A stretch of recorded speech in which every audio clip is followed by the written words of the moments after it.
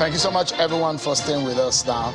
I'm now being joined by the Executive Governor of Sokoto State, Honorable Aminu Tambuwal. Thank you so much, Your Excellency, for joining us now. Thank you, Sean, for having me. This is the second time you want to be president of Nigeria and you wanted the ticket of your party. The question is, what has changed? Why this time around? Well, the first time in 2018, the issues have remained the same till this moment of insecurity, of the economy, of the general decay in infrastructure, and several and varying challenges afflicting our nation. So they're the same? Virtually the same, and the fault lines have been sharply widened. So, and you are the man and that the can unity fix of this it. country is at stake. And you're the man that you think you can fix those problems? I believe I can. Because you're talking about strength, you're talking about mobility.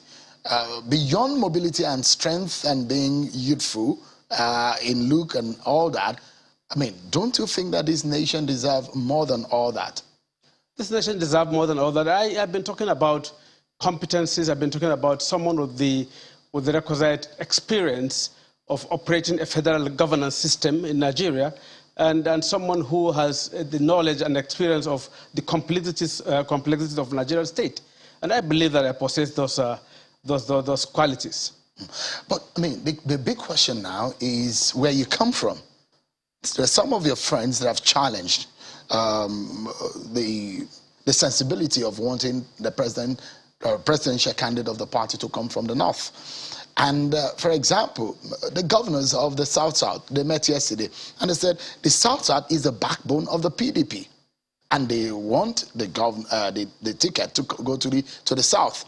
The Southwest leaders have also met today in Ibadan, and they said the slot should should go to the South. The governor of the South last year in Lagos State all decided unanimously that the slot of the president should go to the South. What is your view on that? My view is that the president of Nigeria should be such a person that should be Nigerian president, not a regional president. The president of Nigeria should come from wherever, provided he has the capacity and the competence to fix Nigeria of the moment. The Nigeria of 1998 is different from Nigeria of 2022, 2023. And as I said before, APC in 2015, deliberately out of strategy, sought out President Buhari from Katsina State. Meanwhile, the last president of Nigeria from northern part of Nigeria was Malam Umar Musa Yar'Adua from same Katsina State, who died in 2010. Barely 5 years after, APC, out of strategic thinking, went to Katsina State and sought out President Buhari because they believe that they can win election with him. It is now that APC is talking about zoning. When they were looking for presidency and power, they didn't talk about zoning. They went for someone that they believe can check the boxes of that moment, who can deliver elections to them. So I am appealing to my party that we should be talking about how to win the election by the PDP, not necessarily zoning or where the president is coming from. So, I mean, Chief Bode George earlier on the program said, you seem to have put the cart before the horse. That, look, you need to look at the issue of equity and fairness before thinking about election. Why is winning the election more paramount for you? If you talk about winning, if you talk about fairness and equity in PDP, PDP was in government for 16 years. Of those 16 years, close to 12 years, the presidency was in the South. President Obasanjo to President Olusegun to President Jonathan. President Umar Yar'Adua had only about 2 to 3 years.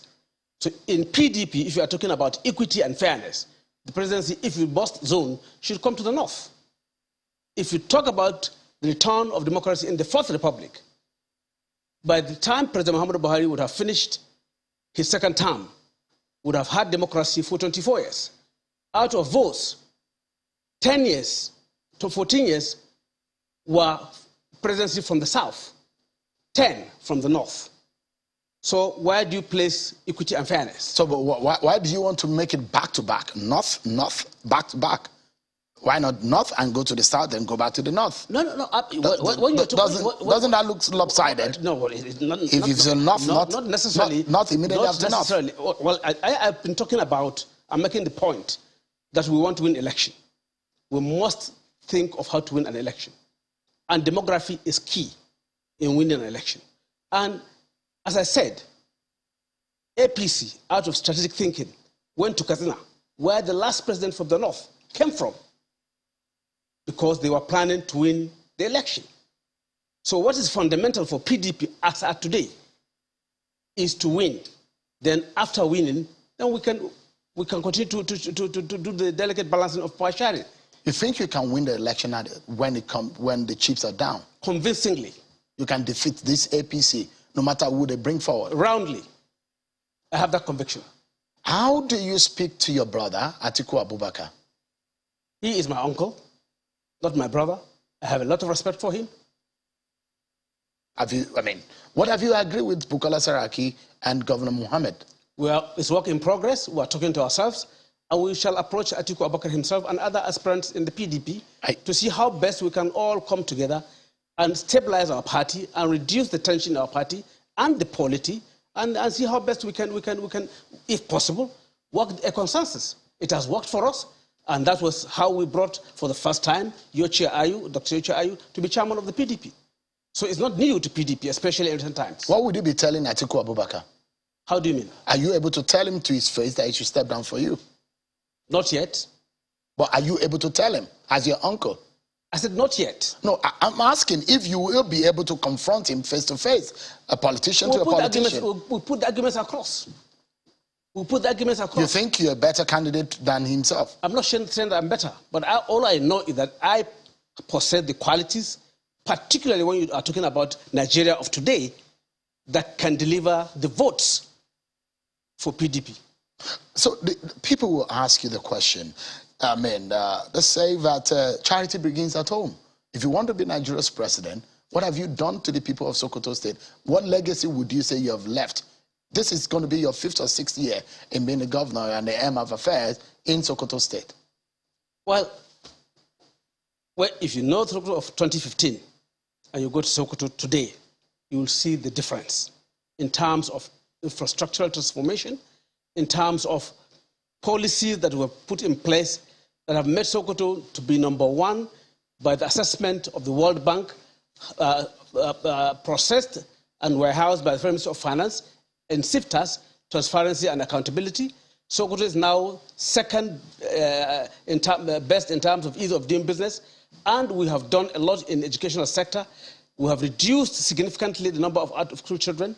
We have reduced the negative health indices of the state, maternal mortality in the state. We have built hostels. We are currently carrying out a number of projects in healthcare, in education, in water, and general rural transformation of the state. The facts are there. It is very clear that Sokoto, under my watch, has improved tremendously. So you can boldly say that anybody who wants to check you should check you out in Sokoto State. Very well, straight up. And you take that template to the national level. Very well. Today is not, we don't have all the time because I still have a lot of questions. I guess we'll bring you and analyze what you have done in Sokoto State and whether or not that can measure up to you being able to govern Nigeria as a whole. But let me ask you 1 or 2 questions on your fitness for the candidacy of your party at the presidential level. There are those who accuse you of not running a balanced committees when you were at the House of Reps. Before I answer that, I read online a medium saying that I said that South cannot produce a president of Nigeria. Did you say that? I didn't say that. What did you say exactly? Rather, in 2011, I supported a presidential candidate of South extraction, Goodluck Ebele Jonathan, to win the presidency of Nigeria. And I have many friends in South who are competent, who are qualified to be president of Nigeria. I didn't say that. What I said has nothing to do with that. I didn't say that.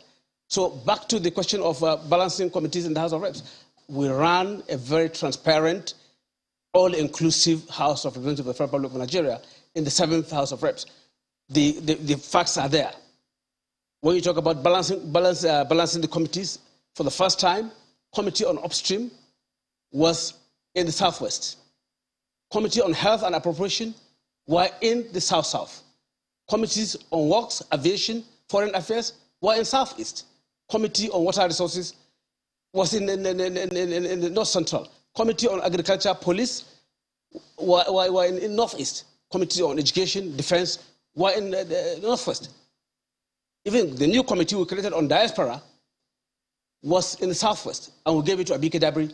And it was from there that she cut her teeth and became a very good ambassador of the House of Reps and of that committee for her to be where she is today. I mean, those who take the lesson from there, that you were somewhat working against your party when you were Speaker of the PDP. I was Speaker of the Republic of Nigeria. But you were sponsored by your party, the PDP. Of course, I believe so. But those who accused you that you were working against your party. Okay, tell me any of the bills of President Goodluck Jonathan that failed in the House of Reps. One bill. But politically, you are aligned with other parties. That's what they were saying. Politically, I was available to engage and have a consensus and chart a way forward for Nigeria. Because it's the House of Reps is not a PDP house.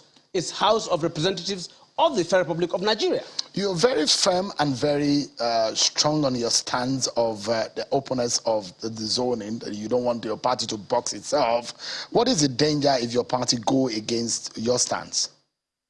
Well, it's a trial.